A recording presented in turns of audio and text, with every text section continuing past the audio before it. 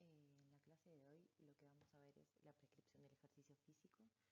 Si bien en la fase introductoria ya vimos algunos aspectos de la prescripción, vamos a ver y profundizar en algunos aspectos más sobre el armado de los planes y lo que sería prescribir ejercicio físico en distintas poblaciones. Si bien vamos a hacer una introducción sobre otros aspectos como las recomendaciones actuales que hay de ejercicio físico en las diferentes fases de la vida, se podría decir. Luego vamos a profundizar en el armado específico del plan. Bueno, pero ¿qué es la prescripción del ejercicio físico? ¿Sí? O sea, ¿a qué nos referimos cuando nosotros hablamos de prescribir ejercicio físico? Esto va a estar vinculado a la elaboración, ¿sí?, de un plan de ejercicios que claramente va a ser personalizado a la persona que lo estemos realizando. Tiene que tener objetivos claros, ¿sí?, porque puede tener diversos objetivos, como puede ser mejorar la condición física de la persona, reducir su tiempo sedentario, mejorar los niveles de actividad física, lograr cumplir, por ejemplo, con las guías de actividad física y de conducta sedentaria, porque quiere mejorar su salud en general. Pueden haber motivos también de salud mental, bueno, o puede haber rehabilitación de lesión, ¿sí? Nosotros en educación física adaptada lo que vamos a ver más específicamente y lo que ya estamos viendo es cómo hacer la prescripción de ejercicio físico con determinadas patologías, ¿sí? Pero sepan que la prescripción de ejercicio físico no es solamente en patologías, sino que puede tener otros objetivos. Lo importante es determinar desde el comienzo con la persona cuáles son estos objetivos, ¿sí? Porque eso va a depender mucho de la planificación y el tipo de ejercicio que nosotros también vayamos a recomendar, ¿sí? Es importante que la prescripción de ejercicio que nosotros hagamos esté basado en una evaluación previa, ¿sí? Hay que hacer una evaluación inicial antes de prescribir cualquier tipo de ejercicio. O sea, esto es una de las cosas más importantes. Vamos a ver en otra de las clases lo que es la evaluación, por ejemplo, la evaluación de la condición física, ¿sí? Toda la parte de médica, digamos, lo va a evaluar el médico de la persona que estemos trabajando. Y también es importante en esta evaluación, bueno, conocer cuáles son los objetivos de las personas, cuáles son sus motivaciones, qué es lo que le gusta, qué no es lo que le gusta, porque eso también va a determinar mucho la adherencia que pueda llegar a tener este plan, ¿sí? Eh, Teniendo en cuenta esta evaluación inicial, lo que nosotros luego vamos a hacer es la elección, ¿sí?, de las actividades que vamos a realizar y las que vamos a prescribir. Sí, esto ya lo vimos en un video inicial y lo vamos a profundizar en esta presentación, pero bueno, ¿qué tipo de ejercicios vamos a hacer? ¿A qué intensidad lo vamos a hacer? Bueno, la duración, la frecuencia que va a tener. Particularmente también vamos a ir reevaluando el plan para poder ver el ritmo de progresión, qué adaptaciones vamos a tener que ir haciendo, bueno, dependiendo de la condición médica que tenga la persona, pero también en sus motivaciones y en sus avances. Por eso es muy importante siempre que se prescribe ejercicio, hacer un buen seguimiento, estar supervisando el plan para poder ir viendo y realizando todos los ajustes que sean necesarios. Previo a comenzar a hablar más específicamente de la prescripción, y bueno, vamos a ver también algunas de las guías donde se recomiendan la actividad física, la conducta sedentaria y el sueño en diferentes edades. Me parece relevante hablar un poco de estos dos conceptos, que es de, bueno, la conducta sedentaria y lo que es la actividad física, ¿sí? Si bien hoy en día ya se diferencian como dos conceptos que, que, que no son sinónimos, ¿sí? Es importante recalcar que el comportamiento sedentario y la inactividad física son dos conceptos diferentes, ¿sí? Si bien han sido bastante confusos, eh, tienen dos definiciones que son diferentes, ¿sí? Entonces, Cuando hablamos de conducta sedentaria, vamos a estar hablando de actividades que tienen un gasto energético por debajo de 1,5 m, ¿sí? 1,5 m es lo que está descrito en la bibliografía, ¿sí? Esto mientras uno está sentado o está reclinado. Sin embargo, cuando estamos hablando de una persona que es inactiva, ¿sí? Cuando hablamos de inactividad física, vamos a estar hablando o describiendo personas que no cumplen con estas recomendaciones de actividad física, ¿sí? Que no realizan suficiente actividad física moderada, vigorosa. Entonces, son dos actividades diferentes y es importante, acá como vemos en la imagen, que tenemos la conducta sedentaria y la actividad física, que podemos encontrar personas que son inactivas, pero que no son sedentarias, ¿sí? En el recuadro abajo a la izquierda, personas que pueden ser sedentarias e inactivas, como lo vemos en el recuadro de la izquierda arriba. Después podemos tener personas que son activas y no sedentarias, como lo vemos en el recuadro abajo a la derecha, pero podemos tener personas que son sumamente sedentarias y activas.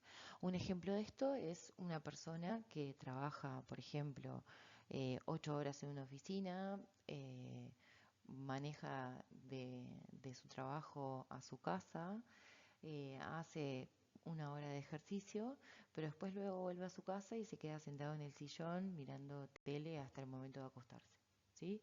En esos casos tiene un volumen de conductas sedentarias muy alto, pero es activo porque si realiza ejercicio físico al menos 1 hora por día, va a estar cumpliendo con la pauta de actividad física. Entonces es importante tener en cuenta que la inactividad y la conducta sedentaria son dos conceptos totalmente diferentes.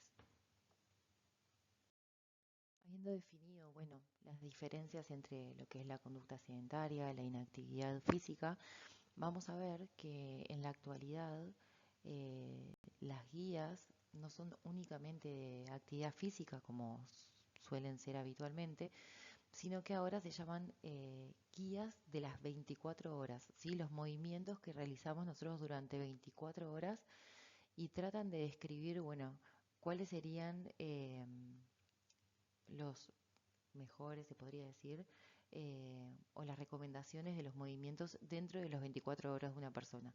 Esto incluye tanto la actividad física como la conducta sedentaria como el sueño, ¿sí? Son los tres pilares que tienen estas guías que se llaman 24-Hour Movement Guidelines, ¿sí?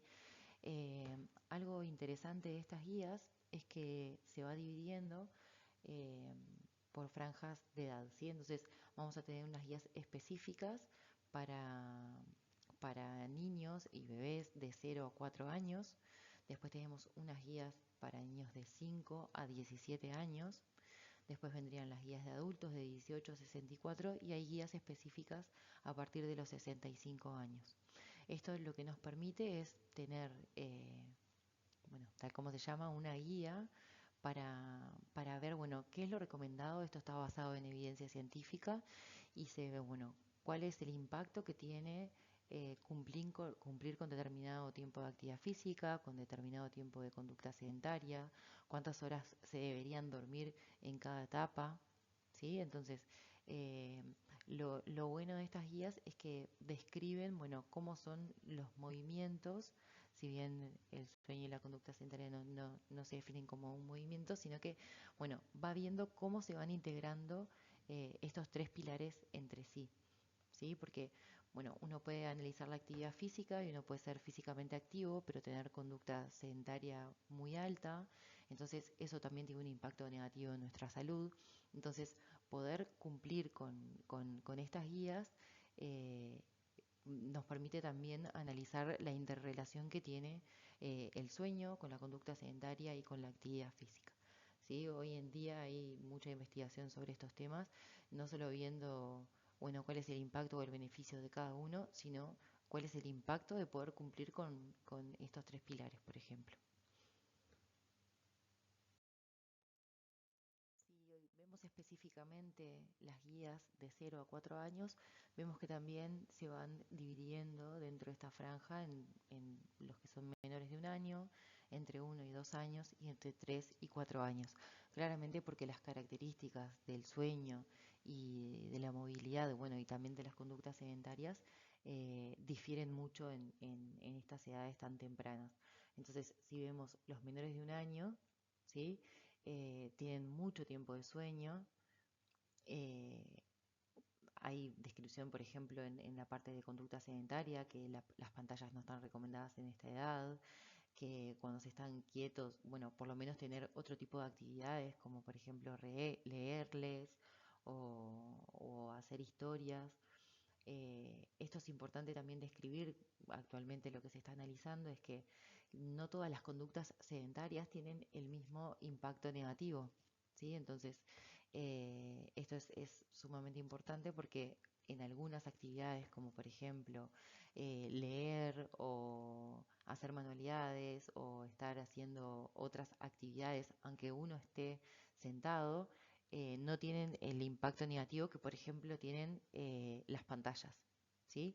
Aún falta profundizar en este tipo de investigaciones, pero bueno, algunos resultados preliminares eh, nos hacen ver esto, que bueno, si uno está en conductas sedentarias, que sea en este tipo de actividades que tienen otro compromiso que es muy diferente a la pantalla, ¿no? Ya cuando vamos a uno de 2 años, donde la mayoría de los niños ya caminan, se recomiendan 180 minutos en una variedad de actividades físicas con diferente intensidad. Acá no va a estar tan específico como por ejemplo en adulto, la intensidad que sea moderada, que sea vigorosa. Se reduce un poco las horas de sueño, incluyendo también las siestas. Y bueno, después en los niños de 3 y 4 años, ¿sí? Eh, ya se empieza a marcar un poco lo que sería más la intensidad un poquito más alta. Si bien son 180 minutos, tenemos que 60 minutos al menos tienen que ser lo que le llaman energetic play, eh, que es una intensidad un poco más alta de lo que serían el resto de los minutos, ¿no? Puede ser el juego de manchas, ese tipo de juegos en esas edades de 3 y 4 años son muy efectivos. Además de que en esos casos tienen la actividad física es bastante intermitente, sino que no se hace tanto en el continuo. Eso es una de las características que se tienen en edades tempranas en cuanto al ejercicio físico, que hay que tenerlas en cuenta al también planificar el ejercicio en estas edades. Cuando vemos las recomendaciones en edades de 5 a 17 años, vemos que estas guías se dividen en cuatro apartados. Uno de los apartados se llama SWET, que son estos en verde. La actividad física está dividida según su intensidad, entonces en la parte de SWET, que es sudar, vamos a tener las actividades físicas de moderadas a vigorosas.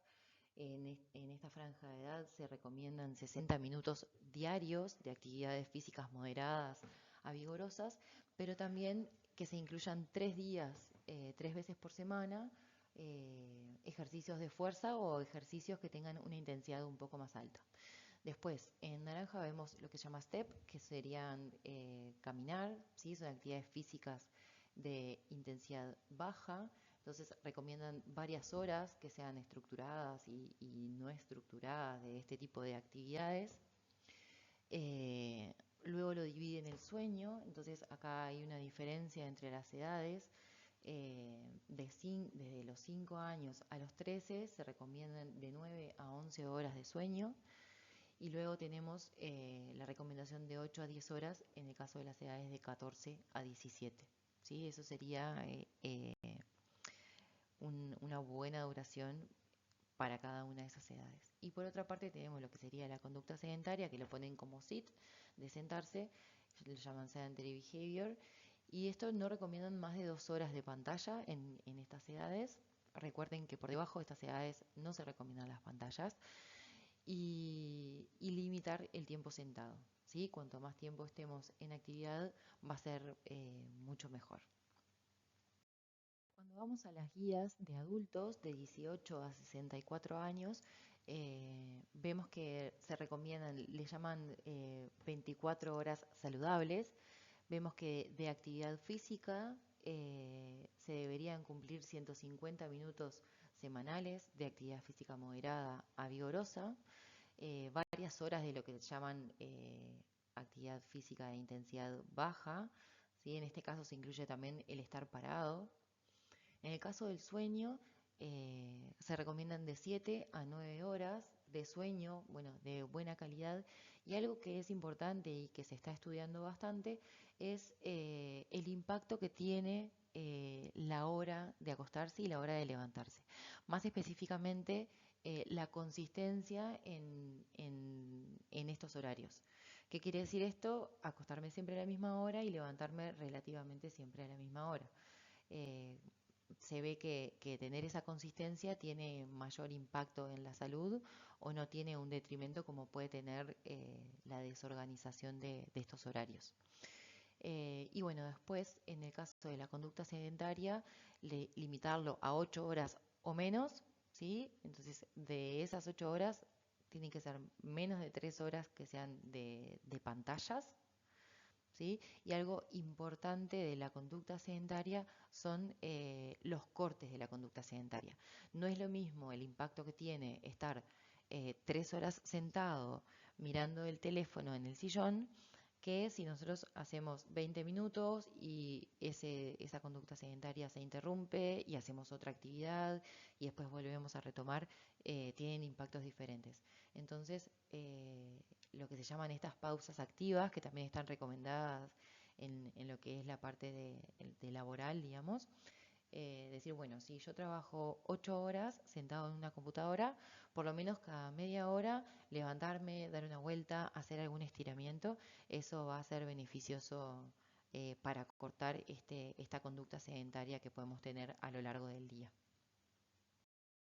En el caso de las recomendaciones para mayores de 65 años, si bien son bastante similares a las que recién vimos, de 18 a 64, vamos a ver que en el caso de la actividad física se empieza a hacer mayor énfasis en lo que es el fortalecimiento muscular, ¿sí? Y en lo que son las actividades, bueno, neuromotoras, lo que vendría a ser el desarrollo neuromotor, principalmente en actividades que trabajen la estabilidad, ¿sí?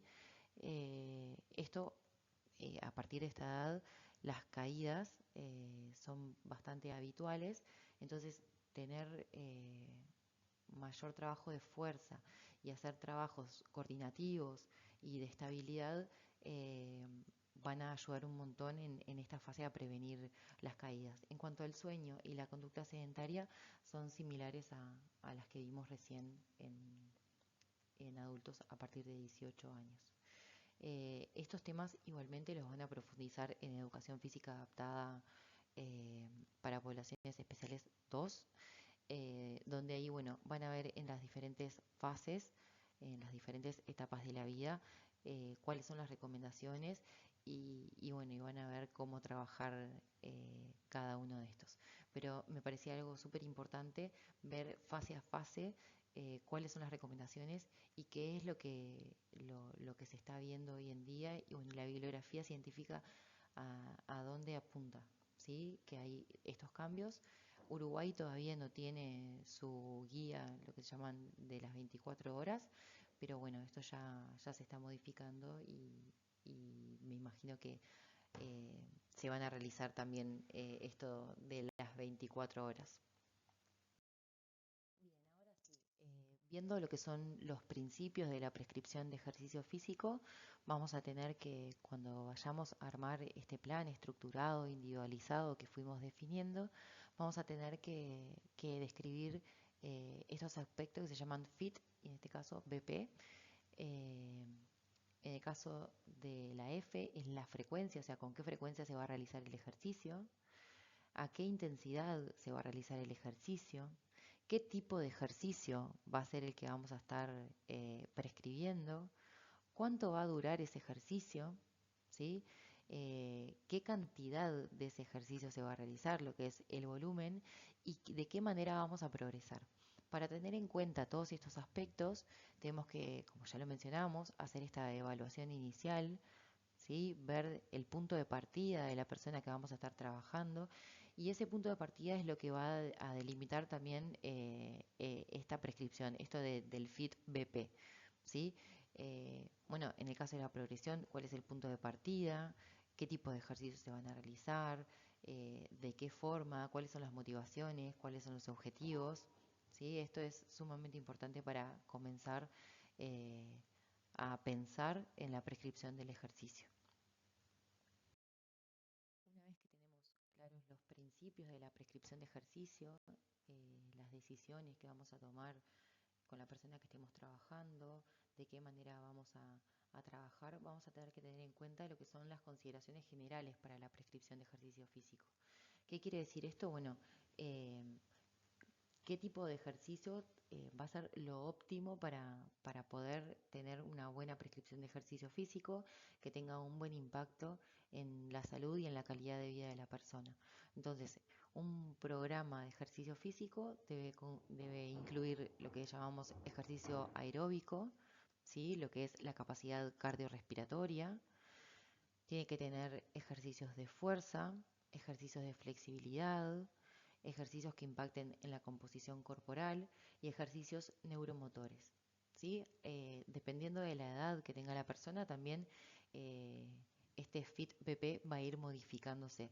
Un claro ejemplo es en adultos mayores, que vamos a hacer un gran énfasis, por ejemplo, en el ejercicio neuromotor, en ejercicios coordinativos, en ejercicios de estabilidad. ¿Sí?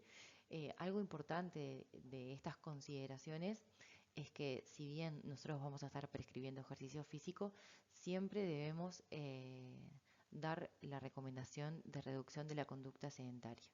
¿Sí? ¿Por qué? Porque nosotros podemos ser físicamente activos, pero podemos ser sumamente sedentarios, tal como vimos al comienzo de la clase, donde la conducta sedentaria y la inactividad física no son sinónimos, sino que son conceptos diferentes. Una persona que es físicamente activa se va a beneficiar más de una reducción de conducta sedentaria, ¿sí? Y en el caso de personas inactivas también se van a beneficiar. Siempre va a ser un beneficio hacer una reducción de la conducta sedentaria. En el siguiente video, en la parte 2 de prescripción de ejercicio, vamos a profundizar lo que acabamos de ver dentro de las consideraciones generales. Vamos a unir los principios de la prescripción del ejercicio, lo que llamamos el FIT-BP. Para cada una de estas consideraciones vamos a ver el ejercicio aeróbico, la fuerza, la flexibilidad, la composición corporal y el ejercicio neuromotor. Y además vamos a ver cómo se evalúan cada una de estas capacidades que estamos viendo.